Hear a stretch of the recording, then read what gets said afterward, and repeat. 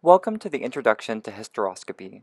The goals of this curriculum are to familiarize yourself with hysteroscopic equipment, identify components of the hysteroscope, assemble a hysteroscope, familiarize yourself with proper usage, and to navigate as well as correctly identify key anatomy in a uterine model with a 30-degree lens. The first step is to correctly identify components of an operative hysteroscope. Your hysteroscope will come in a sterile tray unassembled such as this.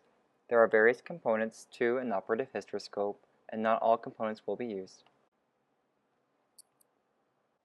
These are your lenses, 12 and 30 degrees. There may be more on your pan.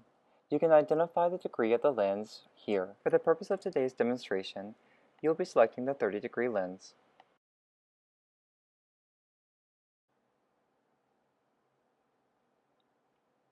This is your inflow sheath. This is your outflow sheath. It can be distinguished by the fenestrations at the distal end of the instrument. As in the operating room, there will be additional tools inside of your tray that you will not be utilizing for this procedure. This is a rubber nipple that will be going over your operating channel to prevent the backflow of water. You may begin by selecting the 30-degree lens. You will insert this into the inflow sheath. In order to secure the connection between the lens and the inflow sheath, you must identify the zeros on each instrument and line them up accordingly. Then you will use the post to lock the two into place and secure your connection. Next, you'll identify your outflow sheath and place it correctly over the inflow sheath, as so, making sure to line up the zeros once again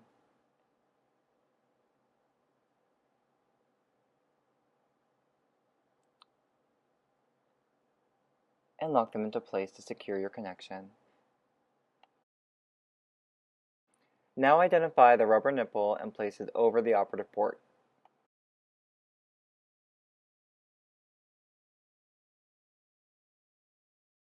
You will now connect your inflow and outflow tubing. The inflow tubing connects here, closer to your body. The outflow tubing is further. Your inflow tubing will be blue like water. Your outflow tubing will be yellow.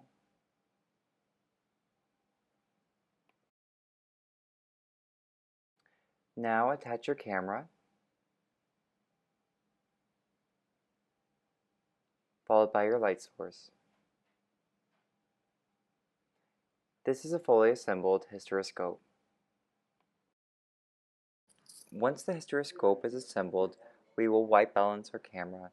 This is your camera here with the various features.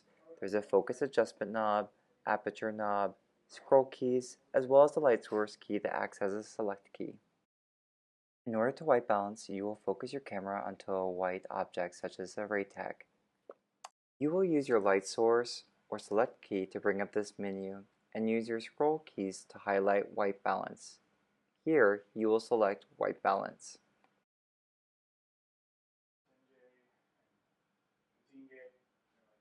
Holding your hysteroscope steady, you will focus on the ray tag until you see white balance OK, as demonstrated in this photo. You will now be instructed to open and close various channels by manipulating the tabs on each port.